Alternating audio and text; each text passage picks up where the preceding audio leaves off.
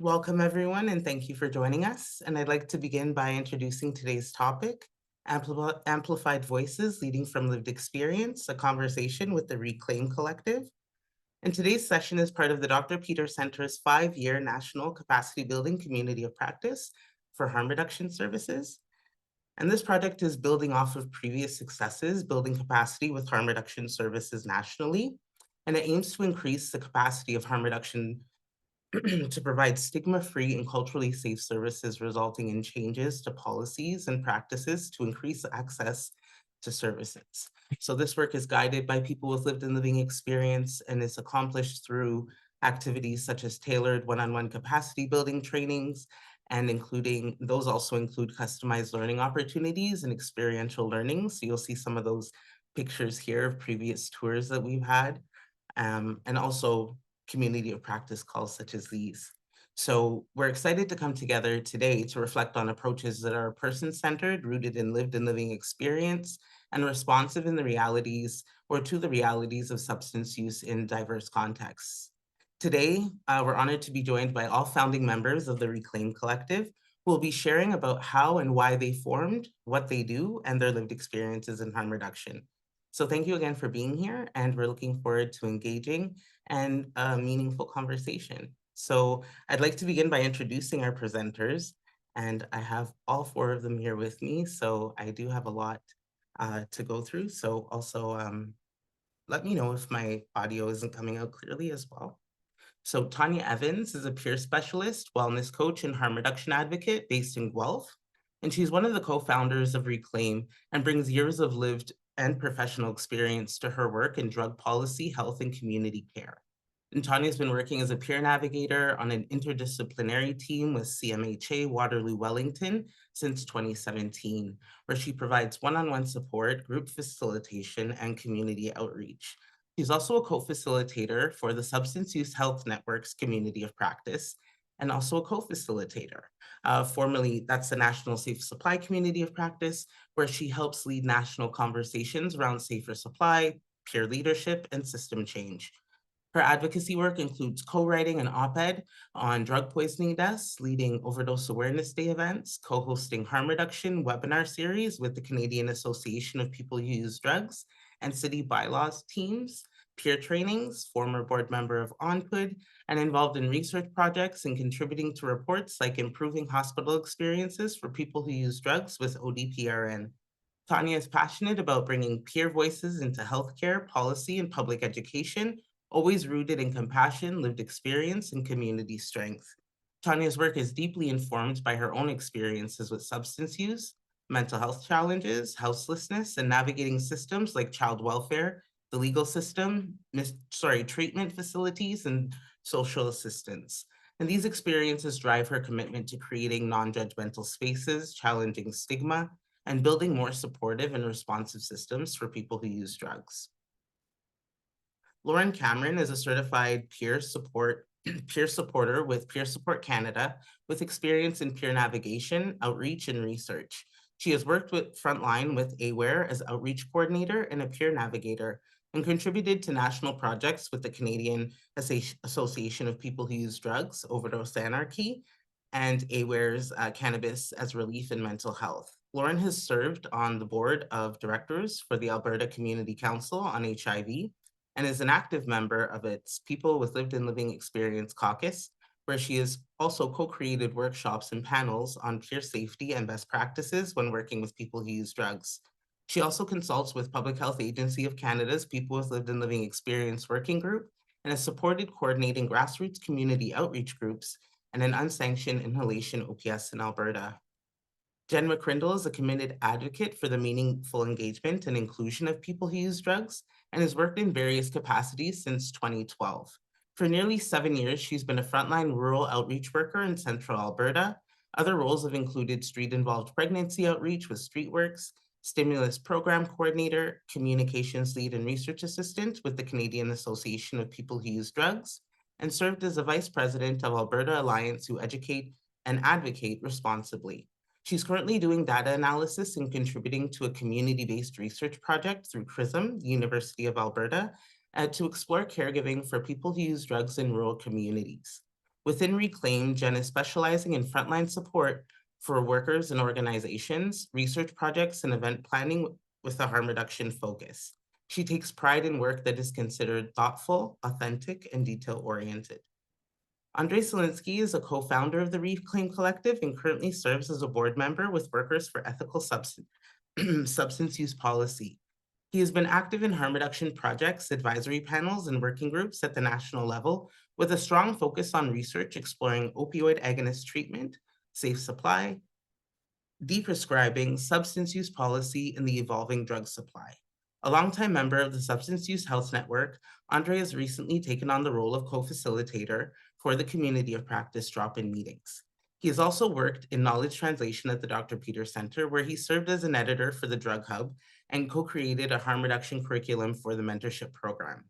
He has also held roles with the Canadian Association of People Who Use Drugs as executive administrator, contract manager, and Stimulus Connect liaison, where he advanced community-led policy and research, organized conferences, and led research webinars and working groups. He has written and contributed to journal articles, book chapters, and op-eds for publications such as Filter, and has presented on topics including safe supply, peer work, oat access, substance use in the trades, as well as the development and evaluation of new treatment modalities and the challenges posed by an unpredictable drug supply. So I just wanted to welcome Tanya, Lauren, Jen, and Andre, and hand it over to you, Andre, to begin the presentation. Thank you so much. Well, thank you to all of you for having us here, and for Cassandra specifically for inviting us. My name is Andre Selinsky, and I'm one of the co-founders of the Reclaim Collective, and I'm super excited to introduce my colleague, Jen, to get our presentation started. Thanks. We can move to the next slide, please. One after that. Thank you. Okay. Hi, I'm Jen McCrindle, co-founder and communications of Reclaim. When I was listening to Cassandra introduce me and how long I've been working as rural outreach, I just want to point out that the organization that I currently work for, which is Turning Point in Central Alberta, Red Deer specifically, we have been defunded from the government. So we have lost 80% of our total funding, and our last day operating is Friday. We have been an organization since 1988 and the only harm reduction organization in Central Alberta. So just to hear Cassandra say 7 years, and then I worked there 2 before that, I've so much of my life, my recovery, my support system is intertwined with this organization, and it's devastating to, it's not going to be there come the end of the day Friday. The building will be shuttered. A women's program that works with street-involved pregnant women is closed. Our STBBI program, which nurses would come out to rural areas and do, testing and treating, is now done. It's devastating to watch these cuts affect these places that, mean so much to me and so many other people. So I just wanted to acknowledge that. We got 2 days left. As far as Reclaim, so we wanted to tell you a little bit about who we are and how this came to be. Excuse me if I talk in point form. You're absolutely welcome to ask questions after if I'm not clear. So all of us had worked together in various ways in the past, and we really found that we enjoyed our time together and we appreciated the work of one another, which led to an obvious mutual respect between us. All of us have experienced unhealthy, sometimes toxic work environments and unrealistic expectations in the nonprofit sector. So collectively, we felt abandoned, and we felt like our lived experience was used in a way that we weren't either consenting to or didn't, maybe we didn't want so much of that out there, but our, pieces of our lived experiences was used to further organizations without our consent, basically. So those feelings, along with significant funding cuts to harm reduction services in general across the country, led to us to this idea. Thanks, Andre. This was Andre's brainchild. We did not want or need to be reliant on governments who have chosen to not fund harm reduction. So for that reason, we chose a model to work as sole proprietors under a collective name and collective values. Coming together was really an organic process where we found camaraderie, trust, some dark and very silly humor, and celebrating our accomplishments together as Reclaim Collective. We work from our lived experiences of substance use and other intersectional issues. Some of these we share collectively, but we all have our unique perspectives and individual experiences as well. We felt the need to break out of the echo chamber. Although we love our harm reduction people and we love harm reduction work, we really want to, break out of that box and reach people that maybe aren't so knowledgeable in harm reduction to highlight that this approach does save lives in so many different ways. So many different harm reduction interventions save lives. And so we are willing to work with anybody who is willing to learn from us. If something comes up and we do not have lived experience in it, such as an Indigenous perspective, we will outsource paid work to people who use drugs in our networks that do. So we do not believe claiming we are experts in something we have never lived to be ethical. We purposely chose to not become a nonprofit.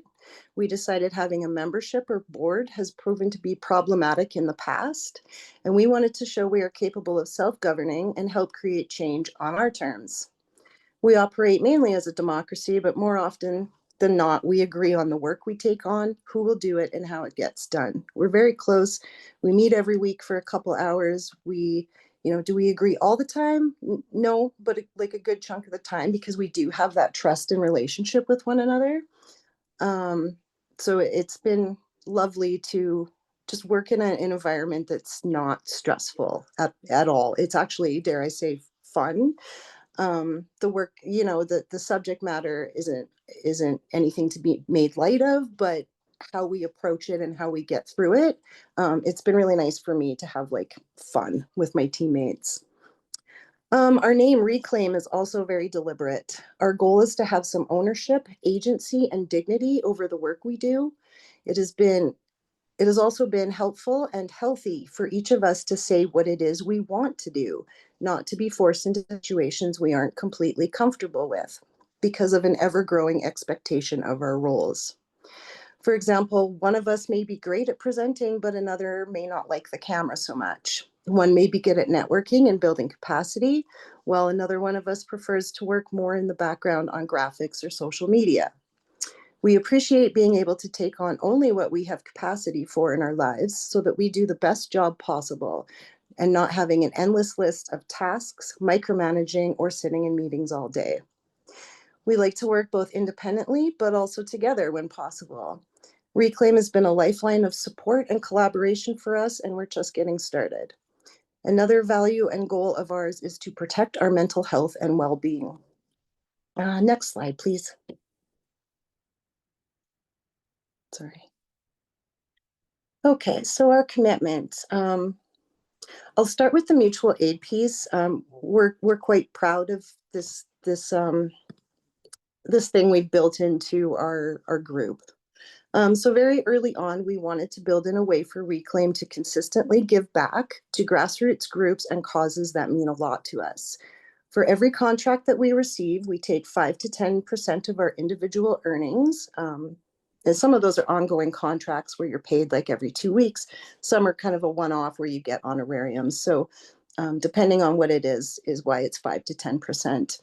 And we donate that back to those doing good work that we respect and admire. You can find those recipients on our Instagram because we want to be transparent with where our mutual aid is going. Since December 2024, we have donated almost $1,000 and supported 5 people with lived experience with paid work contracts. And this is very much like a core value, something that we will not budge on is our authenticity and our ethics. Each of us is as authentic as they come and are not trying to be something we are not. We hope that comes through in our messaging and work we do. We have several testimonials on our website that show this is a core value of ours. We strive to do good work with less overall stress and more fun. Life is too short to love what you do, but be stressed or burnt out due to management boards, memberships, or general hierarchies and bureaucracy. And lastly, to finish off this slide, I just want to highlight that we will remain firm that any contract that we take on, that we emphasize harm reduction approaches are a crucial piece of the continuum of care, and we voice those beliefs, no matter who the audience is or who we are working with. We are not selling out. And from there, I think I pass it on to Lauren. Thank you, Jeez. Thank you, Anjay. Thanks for having us. Name's Lauren, pronouns are she, her. I am in Mohkinstsis, Calgary. I was actually a part of Dr. Peter's Drug Hub. And it was awesome. We wrote this psychosis toolkit, me and previous Reclaim member. And yeah, I had different nonprofits reach out and say that they use it to train their staff on how to speak to people in psychosis and how to be safe for them. So Dr. Peter Center has a special place in my heart. But you pretty much mentioned everything, all of my my past professional experience at the beginning, so thanks for that. I'm the person that Jen said doesn't really like presenting, but it's actually a lot easier now because I don't have to worry so much. I worked in nonprofits, and you can't bring up certain topics or advocate the way you want to, and nonprofits they kind of keep you in that box, right? So I can just be me, don't have to follow the mission, vision, values, besides what Reclaim stands for, which is being authentic. So as you can see, we have a lot of lived experience. A lot of it's on the screen for you. I'm not going to get into too much of our experience, like mine's I was a heroin user for years, and along with other drugs, and I've been unhoused, survival sex work. I was cured of Hep C some years back. But I want to talk about instead, like how people love that old victim story, right? The one where you hit rock bottom. Those are hard bunny quotes. We don't use that language. You suffer enough, you quit drugs forever, and you become a good, productive citizen again. That's a lot. We all still use drugs. Like my relationship is just healthier for myself than it was before. But yeah, we don't shy away from talking about it, and recognize our privilege in being able to say that as well. So basically, like society finally want to hear like, oh, you suffered, you quit, and then you quit drugs forever, and now you're a good, productive citizen again. And we find that sober people get all that spotlight, and they get the awards and the microphone because their story just makes everyone feel comfortable. And it fits into that redemption story, song, and dance that society really likes. But like I said, it doesn't really represent most of us. It's more than just trauma and rough times. For me, using helped me keep going, and it made life bearable. And it was healing in a lot of ways. When I was using highly criminalized drugs, and we shouldn't have to perform this redemption narrative to be seen as worthy. So reclaiming for me, for us, is rejecting that acceptable drug use story people cling to. No abstinent, clean, and sober forever story. The old good job you made it out of the whole story. The one that assumes that the only goal is just to leave drugs behind. But most of us are, still here, like still using, still living our lives, still healing in a lot of ways that don't get any applause. And I think that should be okay. Just really sick of that drug use is only trauma narrative. For me, it's like what helped me to survive, or just a way to chill or connect. Um, I think some of us here felt like an outsider, and drugs helped us, make connections with people, make connections, and be able to leave our house. And it's just fun to lose your mind in this messy world. So, and why do we even need to justify drug use anymore? I'm just a big fan of cognitive freedom and just normalizing it in general. So we share our lived experience too, because we're sick of losing friends, to prohibition, to failed drug policies, even to stigma. I've had people do suicide for just because of the shame they felt. Friends of mine. So I just want to move past the abstinence only thinking. We all deserve options and community, and I'm so happy that I found Reclaim, and we all care for each other and respect each other, and don't push any ideology on each other. We want a place for Reclaim where harm reduction isn't limited to what's like comfortable for funders, and what we choose to take on, where we don't have to be palatable peer or inspirational to be respected. So we're basically reclaiming our power. And that means staying authentic and using what we've lived through to challenge that status quo of being sober. And we're proud of the ways we adapted, proud of the knowledge that we've gained, and we're just done shrinking ourselves into the boxes just to be seen as valuable. So we all show up as we are, and we're gonna keep pushing, for a world that maybe that'll be understood one day. We can go to the next slide, please. Thanks, Lauren. I'm going to talk a little bit about our services. Just also wanted to echo kind of Lauren's sentiments about, respecting kind of where we all are in our own journey, and just that being like okay. And also that I really enjoyed, my time at the Dr. Peter Center as well. And that was like a really special time in my life. So it's really nice to kind of come full circle and, come with my Reclaim peeps and be able to present here. So again, my name's Andre, and I go by the pronouns he, him. Yeah, I'm going to talk a little bit about our services. Oops. Okay. So, we offer services that center on harm reduction, health equity, and the meaningful inclusion of people with lived and living experiences, as my colleagues mentioned. So first, we do work around consulting. We work with organizations, governments, and researchers who want to make their work more responsive, inclusive, and evidence-informed.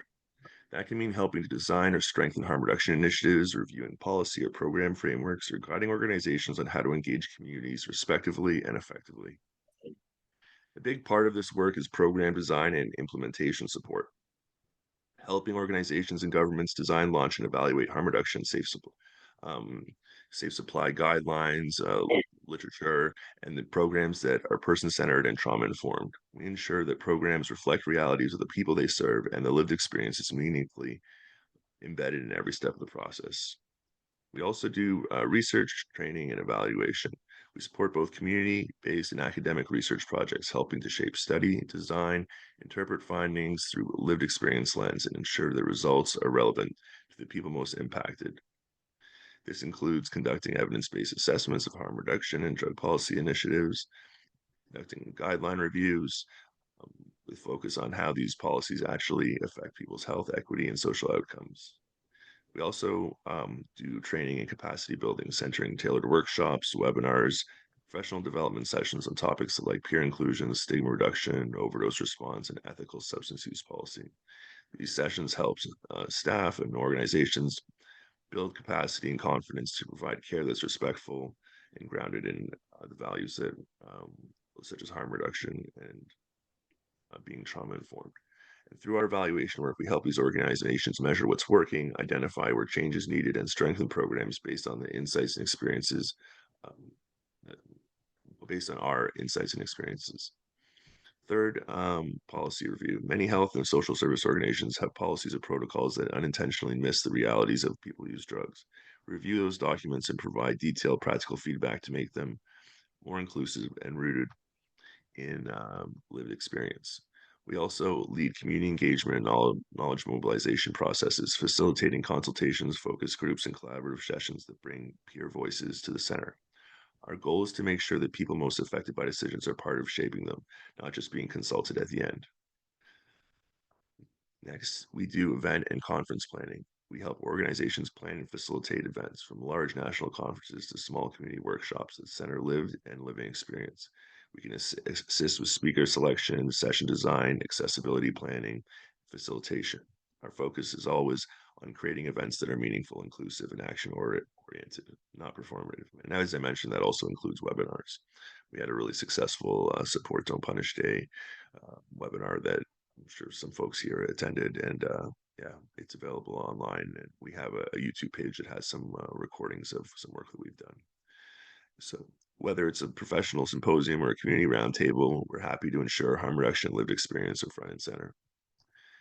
Fifth, we collaborate with frontline and recovery services. We work directly with frontline programs, treatment, or recovery centers to help them design or enhance services in ways that are trauma-informed, person-centered, and grounded in harm reduction. We understand the day-to-day realities of these settings and help bridge the gaps between polity practice and lived experiences. We also support organizations with media and communication projects. Tanya's going to talk about a video that we just did for the Drug Strategy Network of Ontario, and we assisted with the video. Well, we basically put together the video, including video production, and created social media related to putting that video out there, and all the other projects that we do. We help craft messaging that challenges stigma, shares this knowledge, and highlights all these experiences in accessible ways. Our creative collaborations bring heart and authenticity to education, advocacy, and public engagement. Across all of this work, our strength is that we combine professional expertise with our lived experience. We understand how systems are supposed to work and how they, as well as how they actually do. That perspective allows us to bridge gaps between policy and practice, between institutions and communities, and between intent and real world impact. Thanks. And now my colleague Tanya is going to talk a little bit about some projects that we've done as Reclaim Collective.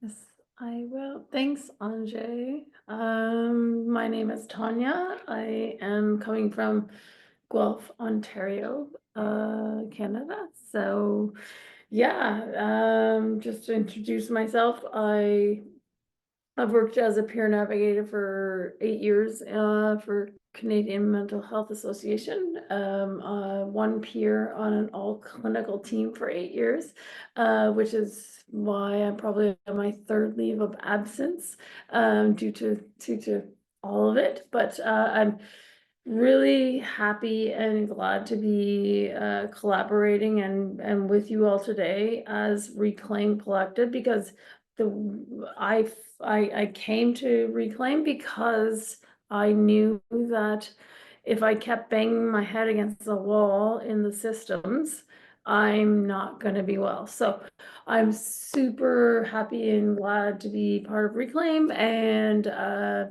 part of this presentation, and why I actually came to this collective. So we're going to talk about past projects. So first, the recent one we did was with a Drug Strategy Network of Ontario, Michael Parkinson.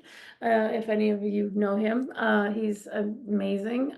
So we did a 10-minute video on how to respectfully engage with people who use drugs. And it was a big project. It was a pretty big project, low budget, but we knew it was important. So we have done that. That was our recent project. We will be releasing that video as soon as DSNO releases it on their end, and then we will. So it was pretty amazing and pretty impactful, because we knew I think our biggest struggle is about how to engage people in our community and who use drugs and who uses these services. So this video hopefully we'll let you know when this comes out. The last one of the last ones we did was Support Don't Punish webinar event, Solidarity Across Borders. Anjay was a pioneer there, a really big person who really made that happen. It's on our website. I think that's on the chat. So that project was big. It was big, and it was really well attended. So that might be in the chat. I'm gonna turn to my colleagues for their own projects, because I know my own, and I love that within a year and a half of forming Reclaim Collective, that we have gotten so much not just I don't know, we've gotten so much inquiry about like who we are, what we do, and like work. It blows my mind. So I'm gonna pass it off to my colleagues to just talk about their recent projects in the last year, because we've only been actually together a year and a half. So yeah, Andre, Jen, or Lauren. Who wants to go first? Jen? Yeah, I think my stuff here is next on the slide, so I'll just quickly speak to it. So it's been about 4 years that we've been working on this, and intensively with like data analysis, our theming of the project for about a year. And it's currently in its final stage, should be out December 2025. So we wanted to explore the unpaid experiences of families in rural areas that care for people who use drugs. Probably surprising nobody, but so much of this unpaid emotional and other labor falls to women. So what supports are there for families or for women, moms, in rural areas? Again, not going to shock anybody. There's no supports for families in rural areas. A theme that I really saw come through, which I live very rurally, so like this is absolutely my reality, is that transportation for folks that live rurally is a real barrier for accessing any services, whether it's harm reduction or treatment or counseling or literally anything to do with substance use. You might have an ER or a hospital, sorry, in your small town, but more often than not, they're not equipped to deal with, medical detox or psychosis, or it's kind of just where you go when you live rurally, because there is nothing else. And the emotional, I don't want to say burden, but impact, I guess, of families that are caring for people who use drugs in their lives. They're just so like wide ranging, like financial. Some folks have been fired from their jobs because they have to keep missing, like maybe their mental health isn't well, or maybe there's a crisis and they continuously have to leave their jobs for their loved ones needs.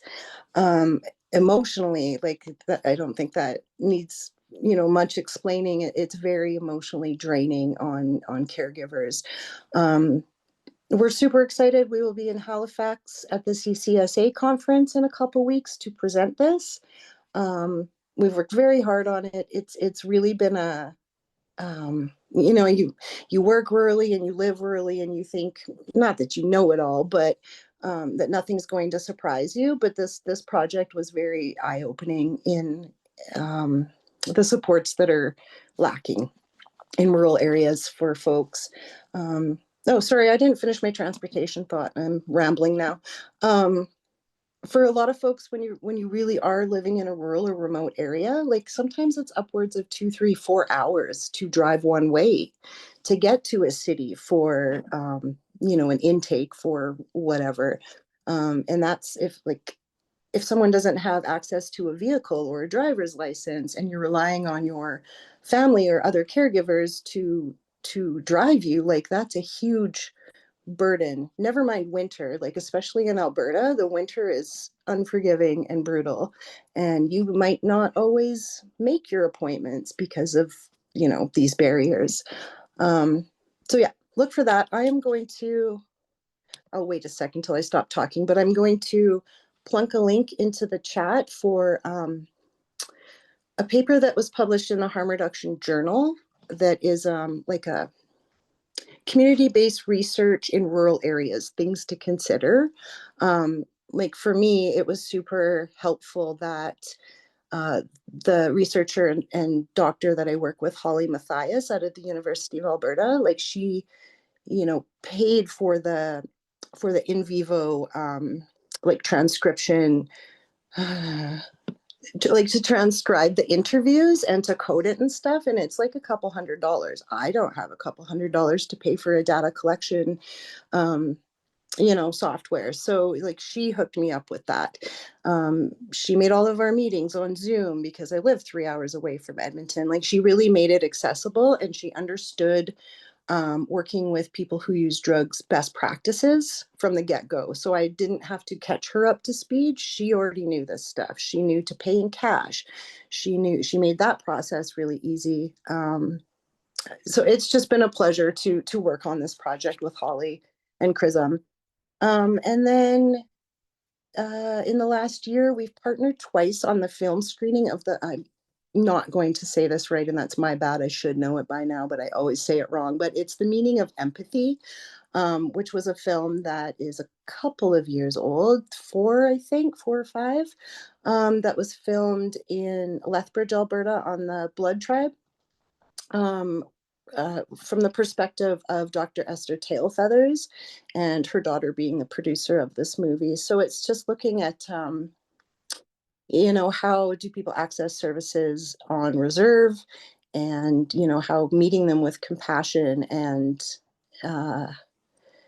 dignity, I guess, how that can make all the difference for people.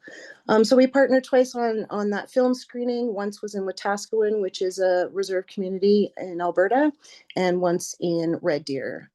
So we rented out this whole movie theater, had popcorn, and then we had a panel, which I was on both panels for those. And that was just a wonderful opportunity that we partnered with Story Money Impact to bring those to the public. Lauren. Thanks, Jeez. So I'm just gonna make mine a little quick. The harm reduction research data collection audit is highly confidential, so I can't say too much about it. But yeah, that was surrounds Recovery Alberta hosted that. So we have some research and data coming in it was a secret shopper sort of project, just for accountability purposes. We also have I also did supported in a wellness plan creation for frontline staff at Turning Point. So we created wellness plans for their frontline staff, and our former Reclaim partner interviewed all the staff to see what they needed in accommodations, and to have their wellness recognized, and so to avoid burnout. I'll let anybody else in the group expand on that. I'm a little Not on Yeah. that, sorry, not on that specific project. But yes, definitely I just want to give a shout out to Chrism, especially Okrent node, Ontario node. I'm part of the League Lived Experience Advisory Group, and we do a lot of great research. And not only do we do a lot of great research, but they treat us with the respect, dignity, you know, what we're worth, all those pieces. So I just want to give a shout out there. As well as you know, recent project Prism about the heart hubs, because this is a big deal. You know, I'm partnering with Chrism to look at Parkdale Queen West Heart Hub, and first starting there, and then like really looking at what is working, what's not working, because we really don't have data to show that these replacements, what the government thinks is great, which society thinks is great. Oh yeah, all these great things are happening in this heart hub. Well, no, it's not true. We're really working to gather real data. So I'm giving a shout out to Chrism, Okrent specifically. They're partnering with us to really get some good data to show, you know, what is really going on and what is really working and not working, which I think a lot of us on this call knows. But we have to play the game, right? We really do have to kind of conform. So that was the other project. And then I think on the last slide, it will be the Substance Use Health Network that we do partner with, co-facilitating weekly on Thursdays at 12 p.m. EST time. We're bringing different topics weekly. We're doing different webinar highlights, spotlight kind of webinars. Our last one was harm reduction in recovery. I think that was our last topic. But as well, we bring like whoever wants to join us. Very open to topics and webinar highlights. So I think I just wanted to mention that that was my last thing in terms of our projects and like what we do. But yeah, and I know that's going to be in the chat, or the links to join our SUHNCOP and our website. So that's it for me. Thanks, guys. All right. Yeah, and it's just really awesome, you know, collaborating together. You know, so many of my Reclaim colleagues have provided me with great opportunities to, you know, for example, the Alberta project that Lauren's working on. You know, I had the opportunity to collaborate on that. You know, the video we all worked on together, and um, you know, rather than talk about, you know, our projects anymore, I think let's save some time for. I know there's some maybe some questions. So thanks everybody, and I'll pass it back to Cassandra. Thank you so much, Andre. And you're right, there are some questions. So I actually just wanted to begin with a comment from Nadine Favich, that's the manager of the Frontline Solutions team at the Dr. Peter Center. She just added in the chat, thanking all of you for the work that many of you did for our mentorship and other projects. They continue to support people across Canada in very meaningful ways. And thank you all so much for sharing the update and the amazing work of the Reclaim Collective. And as someone with my own lived and living experience, I have a great sense of pride, you know, just having you all on the call, proud of all of you for the work that you've done and continue to do. And I'm sure that this work is definitely inspiring a lot of people to walk in your footsteps and build their own, you know, nothing about us without us. And there are 4 of you speaking to many different perspectives. So yeah, just giving you your flowers and telling you you're doing great things. I actually attended the Support Don't Punish webinars. So fangirled a lot of folks in there. So I did add that link to the chat. Folks can take a look at that on YouTube. And we are adding links. Don't worry, we'll add the Reclaim website. You'll be able to join their weekly community of practice calls. We do have a question in the Padlet, which is awesome. Someone wanted to know, someone could explain what CRISM is. I could maybe take that. Sorry. Sure, guys. thank you. I hate, oh my God, there's so many acronyms. I think Cassandra, you could agree with me. Uh, CRISM, oh, I don't even know if I can say it. Canadian Research Institution. Okay. Okay, it's a great institution. I know what Onkrint, the aftermath of CRISM means. But Cassandra, could you put their website in the I chat? threw it in the chat. Yes, it's Yeah, there. thank Andre. you. Yeah. Oh my, if I had to memorize all the acronyms for every organization that we have to like kind of like work with or be part of, I might be a genius and I'm not. So Cassandra's gonna put it in the chat. Thank you, Cassandra. Andre, could you say it out loud right now? Yeah, If so on Chrism on has demand? no No, but Chrism. I'm testing you. I'm just testing people. What does CRISM stand for? Oh, I would have had to look at Canadian research in Thank you. substance use. Can For anyone substance just misuse. name it out? Okay, good, good. Canadian Research in Substance Use and Misuse. Thank There we you. go. All There right, we go. thank That. Thank right, you. there we go. No problem. They changed the word And I misuse. love that they changed it because I think I remember like hearing misuse. And I'm like, misuse? That doesn't sound very good. And then I think they actually changed it Well, look, it recently. is. You're right. A Canadian Yeah, Research Initiative yeah. in So they Substance did, which is Matters. thank goodness, right? So thank you. Okay, I'm done. Thanks, guys. Yeah, no problem. And thank you to everyone for collectively adding the links in the chat. And we're pretty familiar with CRISM and with all the other acronyms that we use in this work. It's really important that we know what they mean. And it's just we say so many of them. So we needed that little reminder. I appreciate that.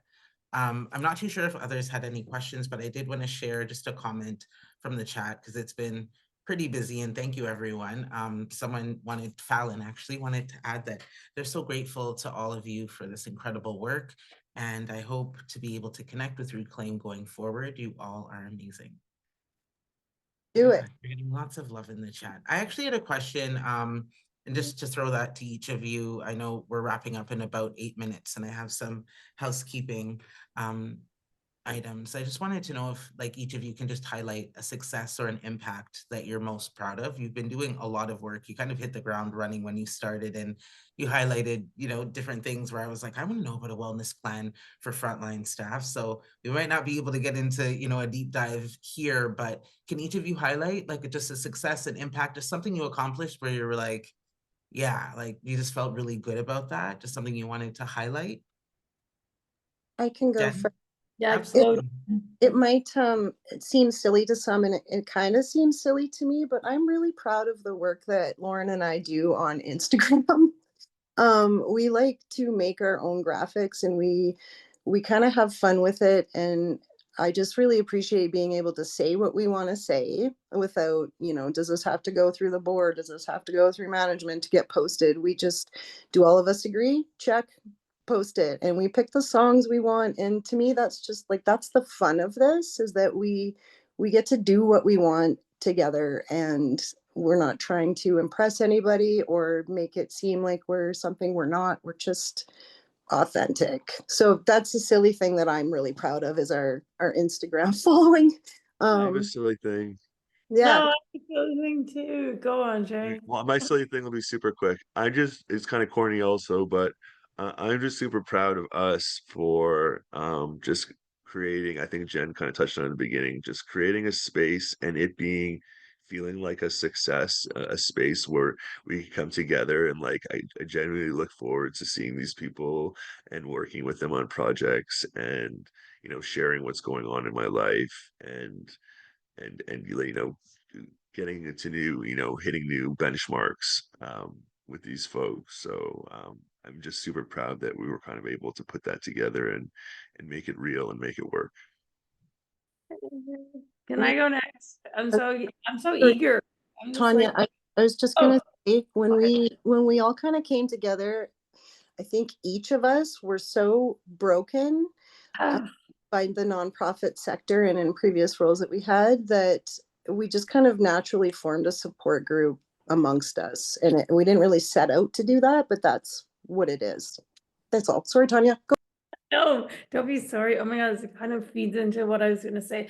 Is like, oh my God, like 8 years of working in the nonprofit sector as a peer, and thinking I could make a change. And I'm not gonna blame anyone. I'm not gonna fault well, I am gonna fault the system, but it wasn't working. So thank God I found these 3 humans, and it was organic, and it was like, just so like, we were all like, like, how can we make a change? Because we can't make it within the system. So thank God we just came together, and we have weekly meetings where it's not just about work, it's about support, and it's about real life shit. And it's about like, I can't do this right now, so can you help me and pick up my load? Like, it's just so, oh my God, I'm gonna cry. But yeah, this is what Reclaim is about. Like, it's about reclaiming our dignity, agency, humanity, supporting one another. Again, we're all across Canada. There's only 4 of us, but holy shit, like, what fills my cup. And the other stuff is what drains me and makes me go on leave of absences, which I am right now. So I'm just gonna leave it there. But thanks, guys. Thanks for having us. Thank you so much. And as I asked that question, a bunch of questions came in the chat. So I just want to let people know this isn't your only opportunity to connect with Reclaim. I'm going to tell you a little bit about their weekly community of practice, where they actually have their Thursday drop-in discussions, and you'll have the opportunity to connect with them there. We've also shared the slide with their Gmail and their website as well. So sorry, next slide, please. We are asking for folks, if you could just take a moment to fill in a survey regarding today's call. The link is in the chat box, and we all just ask you to take a couple of moments to fill this out. And this helps us with future calls. This is really a tool that we use to guide us in making these spaces engaging for you. So please take a moment to just complete the survey. We'd really appreciate that. And to learn more about the Reclaim Collective and the amazing work that they're doing, please visit the links in the chat. Reclaim and the Substance Use Health Network are hosting weekly Thursday drop-in discussions, and each week they're holding space to share stories, ideas, and strategies around substance use health and harm reduction. So for more information or to register, go to the Substance Use Health Network website at substanceusehealth.ca, and that's also in the chat.